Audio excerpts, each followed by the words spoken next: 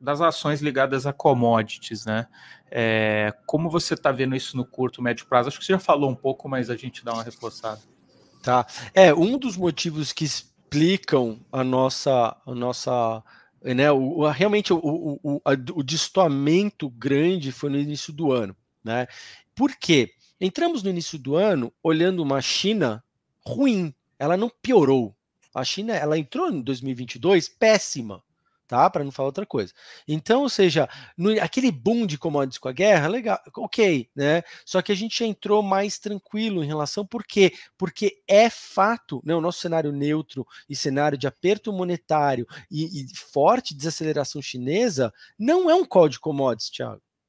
Né? Óbvio, a guerra gerou um frenesi exagerado, né, no início do ano, em janeiro e fevereiro, que nós não compactuávamos, ou seja, sim, deu uma melhorada, o supply, né, a oferta realmente ficou restrita, e infelizmente o mercado brasileiro é o quê? Né, 40% do mercado, 50% do mercado está em 5 ações, Thiago. E sendo delas, PetroPN, PetroN, Vale, e aí você tem os bancos. Cara, as duas, né, Petro e Vale, subiu, acabou, cara, decolou Ibov. Tira essas duas aí e vê como é que tá o nosso delta, né? Bem mais próximo do que o Bovespa, tá? Então, ou seja, a gente tem um problema de benchmark, né? Extremamente carregado em duas empresas, e o que a gente viu no início do ano? Cara, uma China desacelerando. Eu acabei de mandar um advisory que novas construções chinesas e transações em mercado imobiliário está nas mínimas de. Eu posso pegar aqui para vocês. Está na mínima de vários anos, tá? Se quiser, eu mostro aqui para vocês, tá? Boa. Então, ou seja, o nosso call de commodities não era tão forte quanto o mercado precificou. Tá? Então a gente segue observando agora, porque a gente reduziu. O minério de ferro está em franca correção, tá? Ele está em correção, ele está num padrão. Acho que é legal mostrar, Thiago. Posso mostrar? Mostra, pode, fica à vontade. Vamos lá. Então vamos lá. Compartilhando telas. Vamos lá. Aqui está o dado. Vocês estão vendo aí? Tá. Entrou. Aqui está o dado de construção chinesa, tá? Housing Starts and Property Transactions, tá? Então, ou seja, olha como a gente iniciou o ano, né? Ele já não estava bem, ele já estava na marca de 0, só piorou, tá? Então não estávamos crescendo, a China não estava crescendo e de repente deteriorou, ela só vem piorando, né? E isso agora, né? Óbvio, como eu falei para você no início da live, os bancos centrais vão ter que resolver o problema de inflação e o problema de liquidez. Eles vão ter que apertar, e aperto monetário, contracionismo, ele reduz a demanda. Né? Ou seja, não é um cenário favorável para commodities, tá? A não ser se você tirar a guerra da questão, então os commodities derretem, tá? Então a gente segue com essa cabeça. Então, onde que a gente gosta de commodities? Proteínas. Eu falei, vocês não vão parar de comer a picanha no final do. Né? Espero que picanha, Kobe beef, né? No final do mês, você não vai parar de comer arroz, você não vai parar de comer soja, espero que não transgênica, mas aí assim, você vai continuar comendo. Então as minhas exportações de commodities, para mim, eu gosto muito de consumo básico, tá? Então, esse é um fator, né, de redução. A gente já tinha essa cabeça de desaceleração macro global. E aí, quando a gente pega o minério de ferro, né, que ficou naquele... Infelizmente, a China ela deixa as commodities ficar especulativas, né? Então, ou seja, o minério de ferro ele achou o topo, e a gente foi avisando várias vezes, né? CSN, Uzi Minas, cai fora, Top Pix, Gerdau, Vale, a gente falou várias vezes, né? E aí ele marcou reversão negativa, tá? Então você tem topos e fundos descendentes, você tem um claro movimento corretivo com algum espaço ainda de queda, pelo menos para mim até 92. Então, ou seja, eu observando aí um movimento de reversão negativa para minério, tá?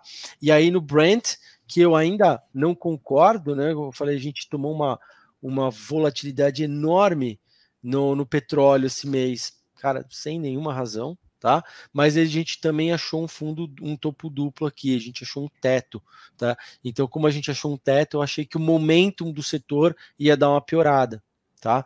O problema foi que existe um momento, né, um certo ajuste, mas, Thiago, eu vou colocar aqui para vocês.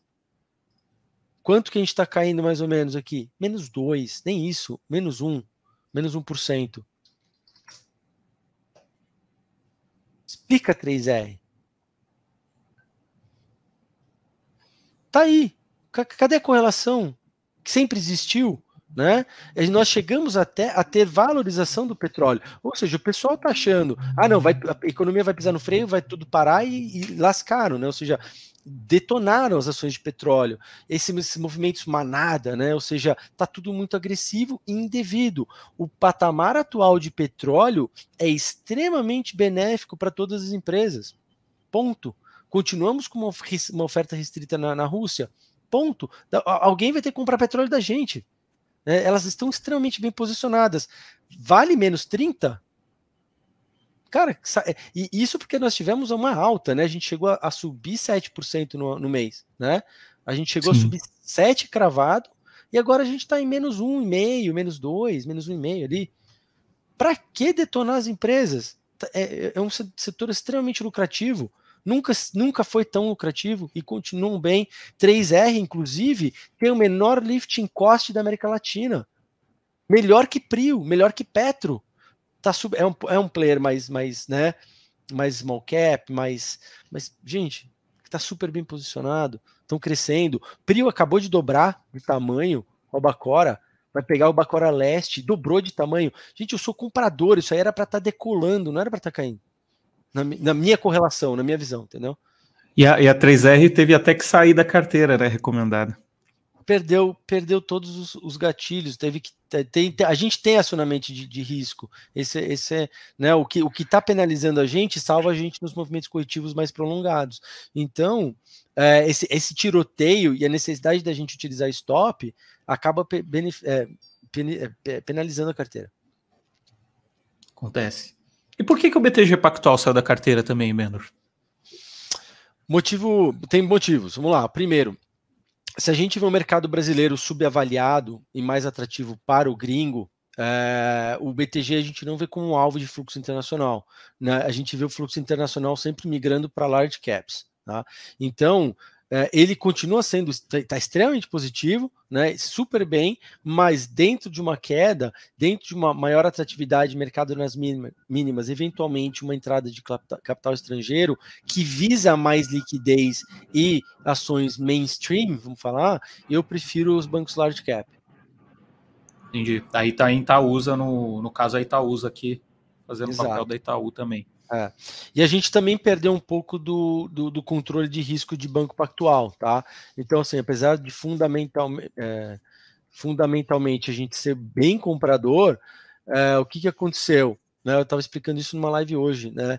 A gente tinha dentro da análise de fluxo, né, um cenário um pouco mais favorável. A gente tinha 2 fundos ascendentes, um possível início de tendência de alta, né, que acabou não ocorrendo. Ou seja, a ideia era, né, eu vou jogar uma regressão linear agora, que a matemática explica, tá? Ou seja, essa regressão linear ela estava mais apontada para cima, ou seja, matematicamente ela tinha 96% de chance para ficar dentro desse canal.